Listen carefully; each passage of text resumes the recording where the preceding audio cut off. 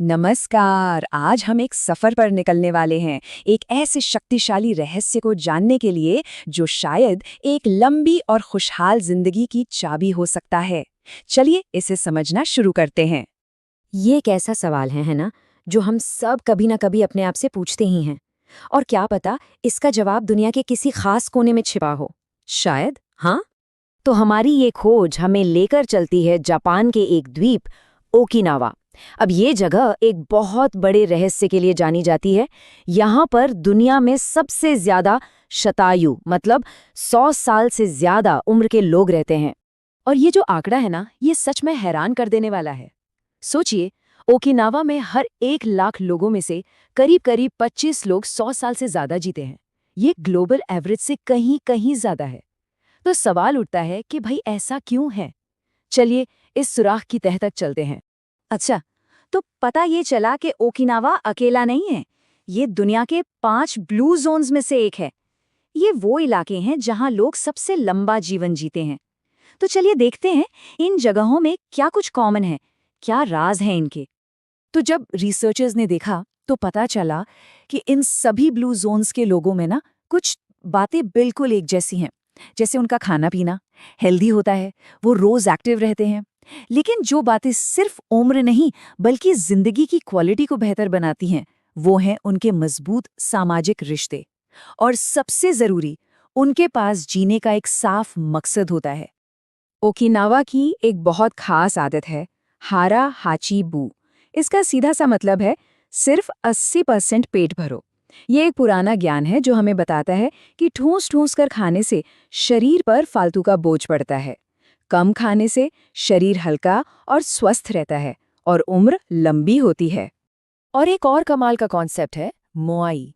ये बेसिकली करीबी दोस्तों का एक ग्रुप होता है जो पूरी जिंदगी एक दूसरे का साथ देते हैं, इमोशनली भी और फाइनेंशियली भी। ये जो मजबूत सोशल कनेक्शन है ना, ये लंबी उम्र की पहेली का एक और बहुत जरूरी टुकड़ा है। लेकिन देखिए, अच्छा खाना और अच्छे दोस्त, इन सबसे भी गहरा एक सेंट्रल आइडिया है जो ओकिनावा की लाइफस्टाइल को पावर देता है। और सच पूछिए तो यही हमारी खोज का असली मकसद है। ये है वो शब्द इकिगाई। चलिए इसे तोड़कर समझते हैं।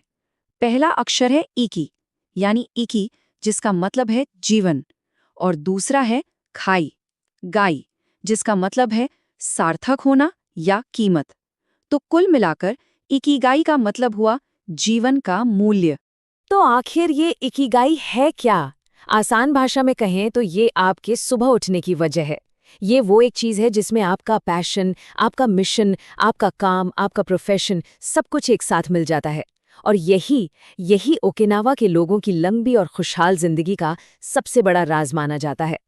ठीक है, तो अब सवाल ये उठता है कि हम अपने अंदर ये इकिगाई वाली सोच, ये मानसिकता कैसे डेवलप कर सकते हैं। अच्छी बात यह है कि कुछ साइकोलॉजिकल टूल्स हैं जो इसमें हमारी मदद कर सकते हैं। विक्टर फ्रैंकल की लोगोथेरेपी एक बहुत ही पावरफुल तरीका है। देखिए, ये ट्रेडिशनल साइको एनालिसिस से एकदम अलग है। जहां साइको एनालिसिस पास्ट पर, पुरानी बातों पर फोकस करता है, वही लोगोथेरेपी हमें भविष्य में अपना मकसद और मतलब खोजने के लिए मोटिवेट करती है।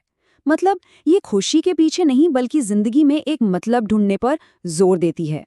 और फ्रैंकल की ये बात तो इकिगाई के आइडिया से सीधे सीधे जुड़ती है कि जिसके पास जीने के लिए क्यों है, वो लगभग हर कैसे को सह सकता है। मतलब अगर आपके पास जीने की एक मजबूत वजह है तो आप कोई भी मुश्किल झेल सकते हैं।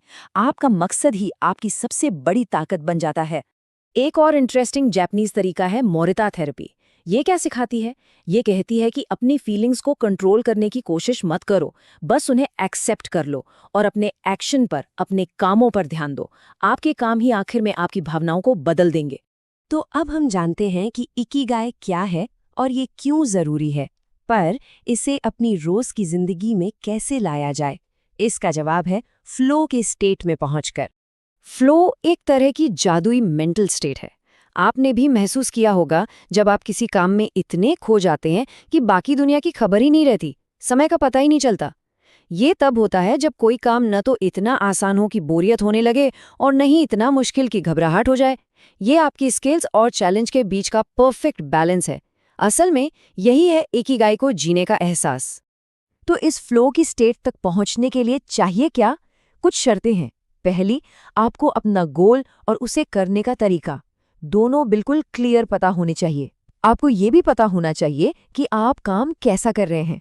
फिर जो चैलेंज है और जो आपकी स्किल है उसके बीच एक बैलेंस होना चाहिए। और सबसे ज़रूरी, आपको हर तरह के डिस्ट्रैक्शन से दूर रहना होगा। और पता है, फ्लो का सबसे बड़ा दुश्मन कौन है? मल्टीटास्किंग। जी हाँ, साइंटिफिक स्टडीज बताती हैं कि एक साथ कई काम करने से हमारी प्रोडक्टिविटी घटती है, स्ट्रेस बढ़ता है और हम गलतियां भी ज़्यादा करते हैं। तो रास्ता एकदम साफ है। अगर फ्लो को पाना है तो एक समय पर सिर्फ एक काम पर फोकस करना होगा। सिंगल टास्किंग से ही काम में पूरी तरह डूबा जा सकता है और अपने इकिगाई को महसूस किया जा सकता है। तो अब ये सवाल खुद से पूछने का है, आपकी इकिगाई क्या है? वो कौन सी वजह है जो आपको हर सुबह बिस्तर से उठने के लिए प्रेरित करती है? इस पर सोचिएगा जरूर।